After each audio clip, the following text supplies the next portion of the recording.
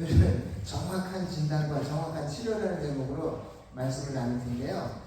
제가 몇 달간 몸살기가 있었어요. 그래서 몸이 떨리고 축구했는데 감기 약도 먹고 보고 여러 가지 일을 했는데 그 원인을 몰랐어요. 근데 주변의 지인분이 저한테 그럼 한번 내복을 입어보세요 그러더라고요. 그래서 진짜로 그 어디죠?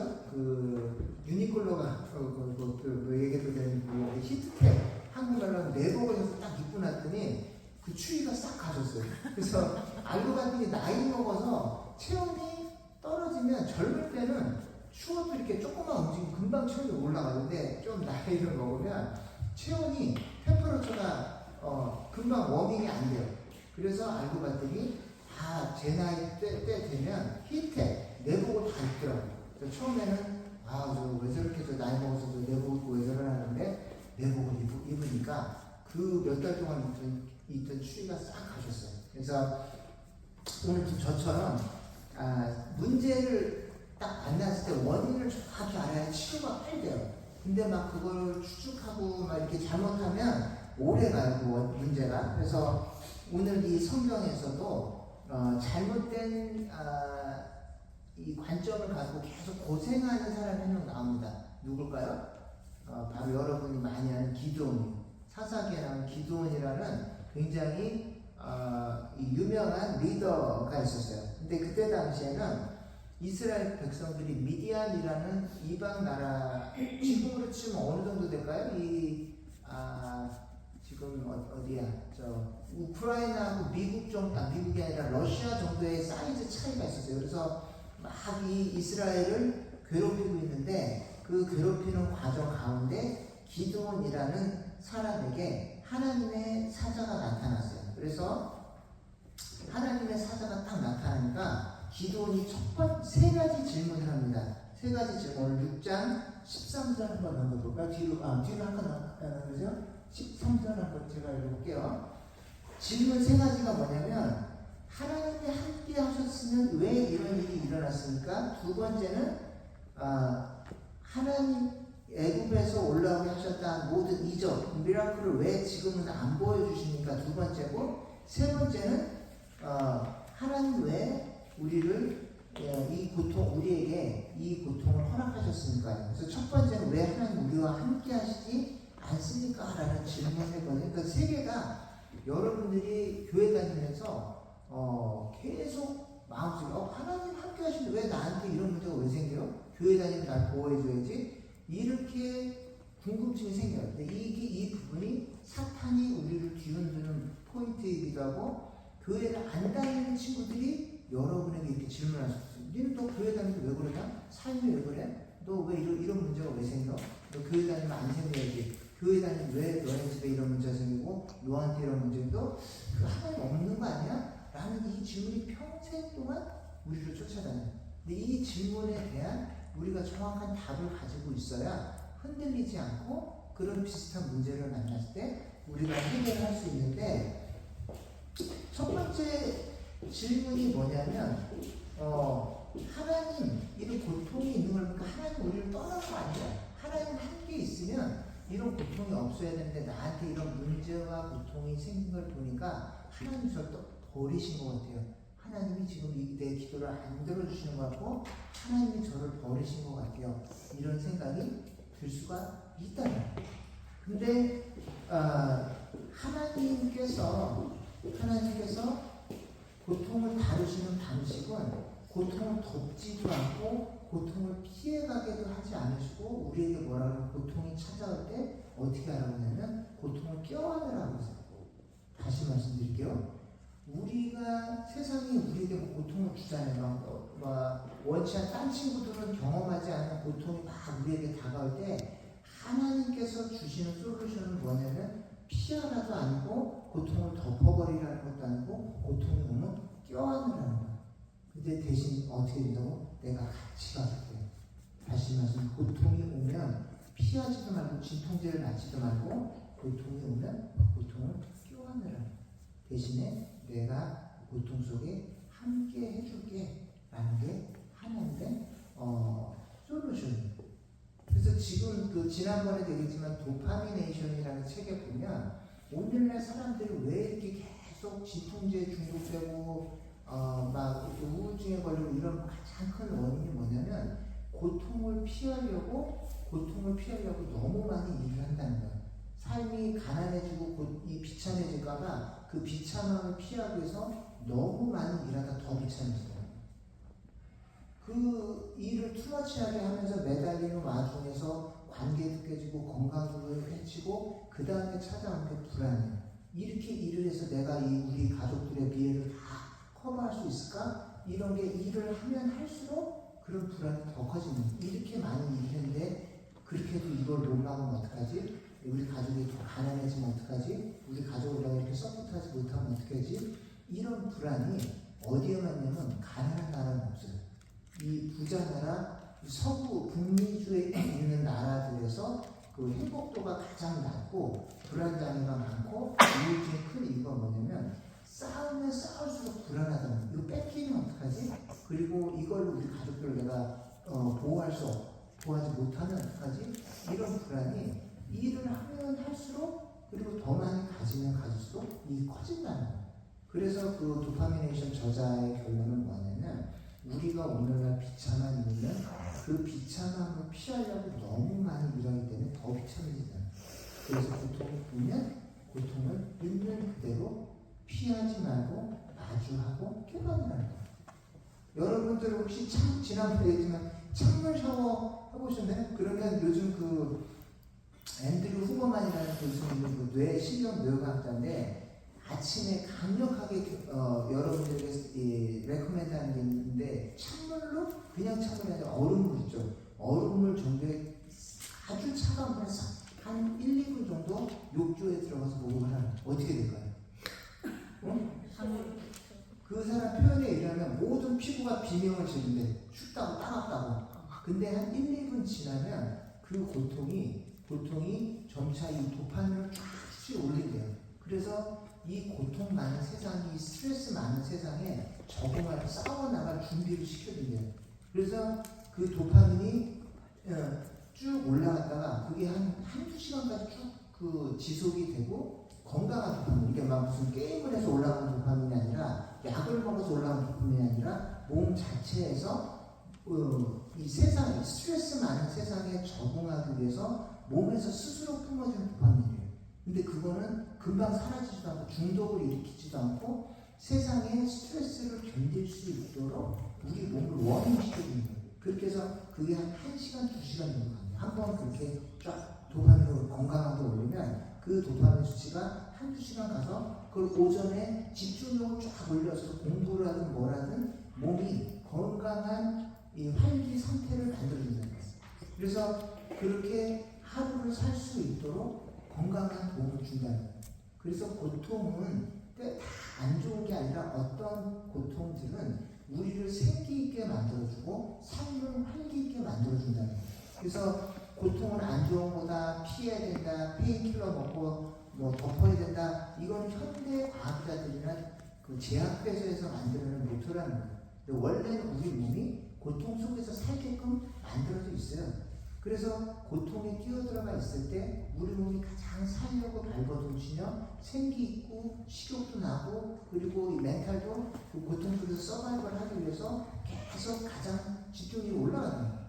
그래서 하나님도 우리 몸도 그렇게 만드셨고 우리의 영혼도 그렇게 만드셨어요. 고통을 피하게 만드는 게 아니라 고통 속에 뛰어들어가서 고통을 껴안고 살도록 우리를 만들었다는 거예요.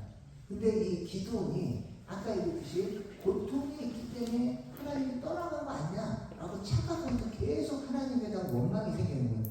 그래서 미디안이 자기를 괴롭히고 있으니까 이건 분명히 하나님이 날 떠났다. 우리가 이렇게 고통당하는 거 보니까 하나님을 버렸다. 천만에 하나님이 그 고통 속에서 너를 붙들고 있었기 기도는 첫 번째 착각이 뭐냐면 고통 속에서 하나님이 말씀하신 건 고통을 붙들고 고통을 껴안고 나랑 같이 가자. 내가 너 손 잡아줄 테니까 도망가지 말고 고통 속에 같이 걸어가자. 이게 하나님의 해답이에요. 두 번째 질문은 뭐냐면 왜 하나님 기도하는데 옛날처럼 기적을 안 보여줘요? 정답 직접적으로 답부터 말씀드릴게요. 하나님이 기적을 보여줄 의무가 없어요. 다시 말씀드리면 기적을 베풀고 여러분을 구원하는 건 하나님의 주권이지, 여러분이 막 기도한다고 하나님 갑자기 나 이 문제가 솔루션을 빨리 안 주세요. 그건 하나님께 달렸어요. 그래서 하나님 우리 친구 얘 구원해 주세요, 이거 해주세요, 이거는 기도한다고 100% 하나님께서 해줄 의무가 없다는 거예요.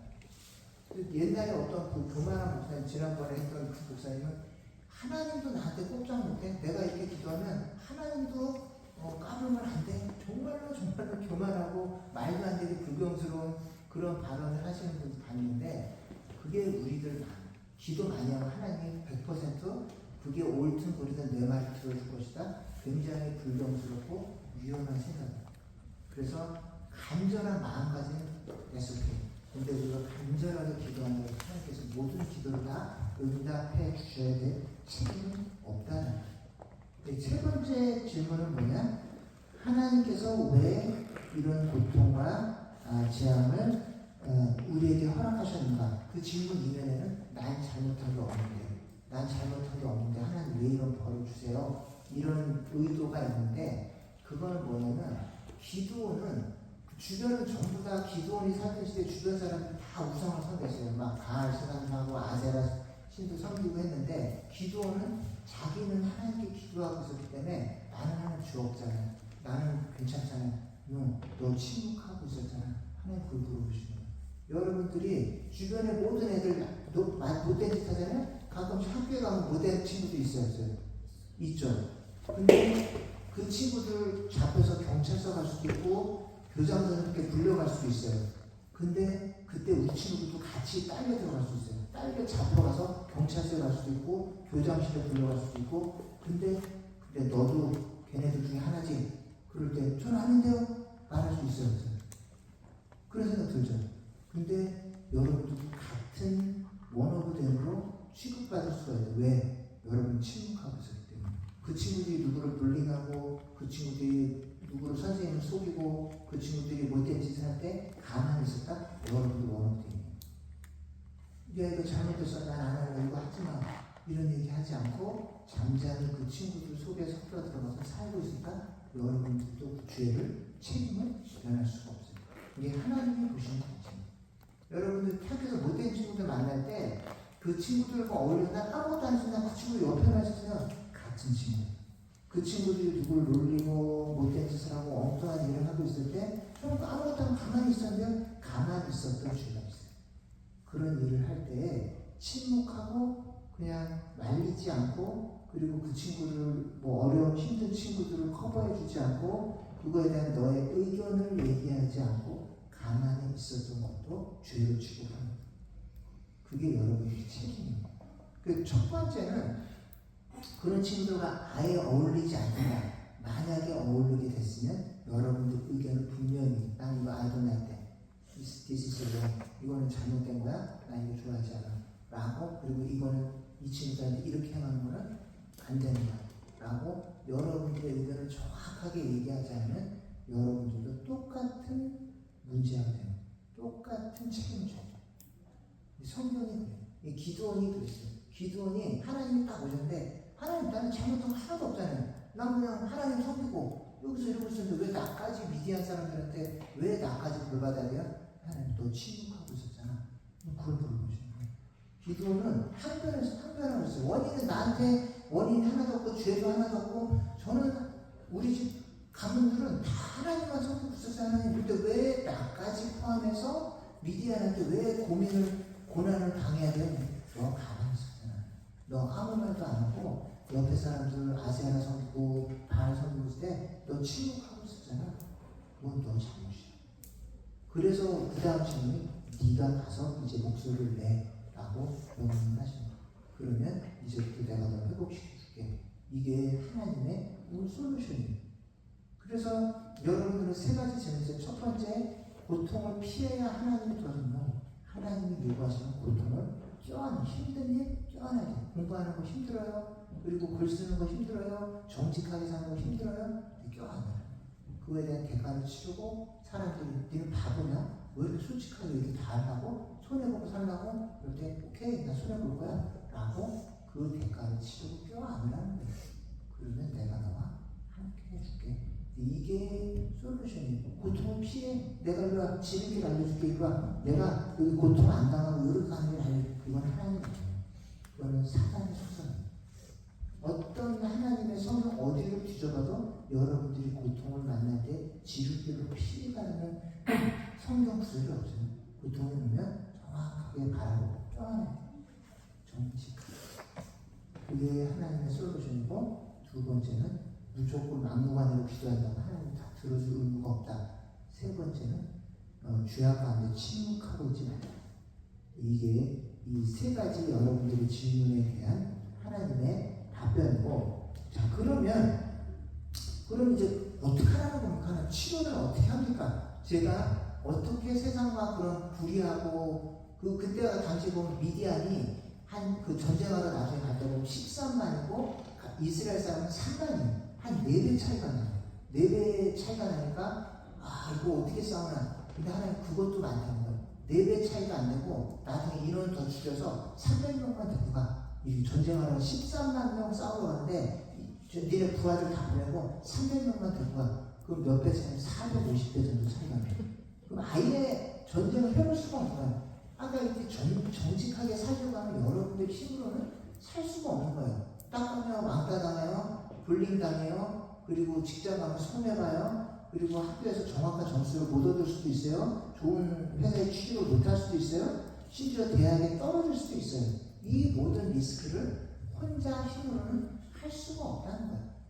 그렇기 때문에 하나님께서 세상 안에서 고통을 껴안을 때 너희들 힘으로는 못해. 그 세상에 정직하게 살고 나서 치르는 그 대가와 고통은 너희들 힘으로 감당할 수 있는 수준이 아니야. 이거를 하나님은 설명해 주시는 거예요. 여러분들이 밖에 나갔을 때 세상에 학교 가서도 정직하게 한 번이라도 설명을 해봐요? 그러면 그거에 대한 대가가 어마어마합니다. 엄청나요.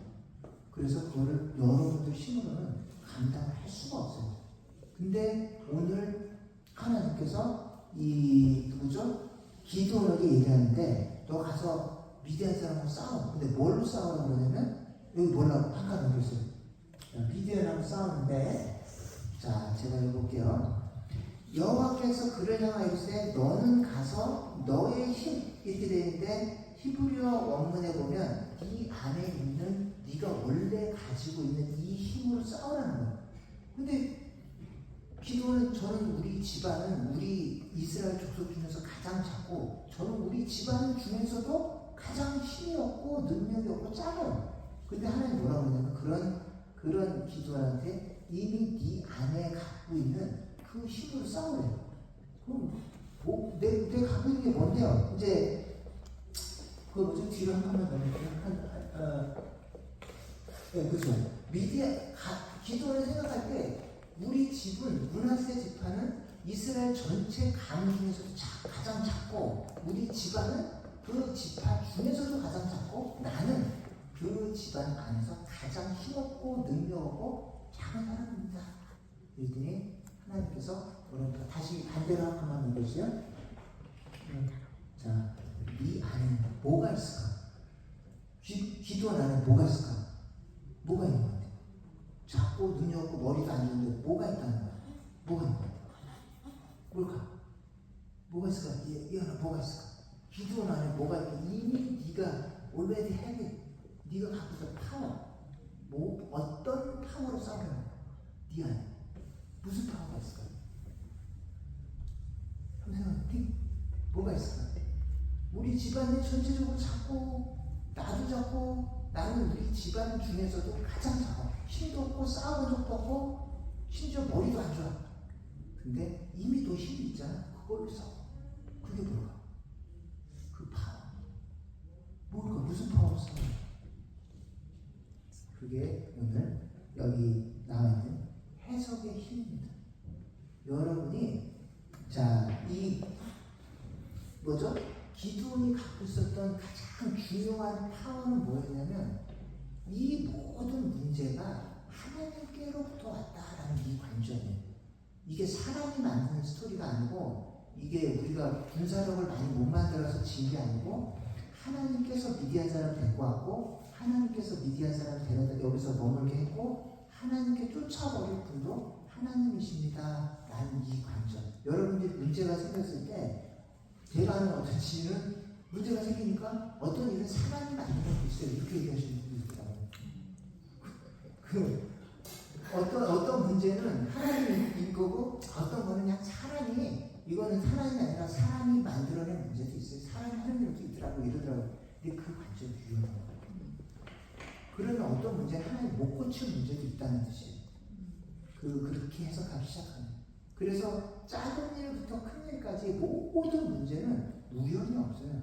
하나님께서 모든 것들 시작부터 끝까지 다 컨트롤하고 계시고 아까 얘기했듯이 우리가 손댈 수 없을 것 같은 큰 문제들조차 하나님이 거기다 데려다 놓은 거야. 그럼 치우실 분도 하나님이시라는 거예요. 그래서 기도할 때 관점을 사람들로부터 출발하는 그게 위험하다는 거죠. 또 기도는 이미 좋은 해석의 퍼스펙티브 갖고 있잖아. 그게 뭐야? 이 모든 문제를 아까 그 하나님의 사자 만났을 때 뭐라고 그러냐면 하나님 계시다면 왜 이런 문제가 생겨서 하나님 왜 이런 문제를 이렇게 컨트롤하지 두세요? 라고 하나님께 나와서 하나님 하실 수 있잖아요. 근데 왜 여기다 두세요? 하고 하나님께 문제를 해결해 달라고 하나님 하실 수 있잖아요. 근데 왜 안 하고 계세요? 라고 하나님과 문제를 해결해 가려고 시도했다. 이게 가장 중요한 기도의 힘이에요. 크리스찬들의 힘도 여기서 나와요. 어떤 일을 할 때 내가 공부하면 다 하거든요. 내가 이 좋은 친구들 만나고 내가 힘을 키우면 해결하거든요. 힘과 능력과 지혜만 갖고도 해결할 수 없는 수많은 문제들이 있어요. 그래서 출발할 때 기도원처럼 하나님께서 모든 문제의 원인점이고 치료책도 하나님께로부터 나온다라는 이 관점이 세상을 뒤흔드는 힘이에요. 이게 기도원이 450배의 숫자가 많은 사람들을 데리고 전쟁을 출발할 수 있는 저력이에요. 기도원 너한테 이미 이게 있잖아. 모든 문제가 하나님께로부터 나왔다라는 이 관점, 이게 세상을 뒤흔들 수 있는 힘이에요. 여러분이 정직하게 살아갈 수 있는 힘이에요. 세상 사람들이 막 너 왜 이렇게 주일날 가서 낭비해? 너 주일날 가서 공부 좀 더 하고 돈 더 벌면 훨씬 더 잘 살 수 있어. 훨씬 더 좋은 포지션 갈 수 있어. 이렇게 여러분이 생각할 때 내 직장과 내 집안과 내 건강은 하나님께서 허락해 주셔야 보호할 수 있는 거야. 이 관점이 여러분들이 정직하게 생활을 살고 주일날 예배드릴 수 있고 그리고 하나님께 가장 힘든 문제를 꺼내놓고 기도할 수 있는 힘이 어디서 나오냐? 하나님께서 이 문제를 여기다 갖다 놓으셨고 해결하실 분도 하나님이시다. 이 관점만 있으면 못할 게 없어요. 다시 말씀드립니다. 그러면 450배 많은 적군과 싸울 수 있는 힘도 생기고 45,000배 많은 적군과 싸울 수 있는 힘도 어디서 나오느냐? 이 45,000배 많은 적군을 하나님이 데려다 놓으셨고 이 적군들을 치워주실 분도 하나님이시다라는 이 관점을 또 어떻게 이 사람이 이길 수 있겠습니까?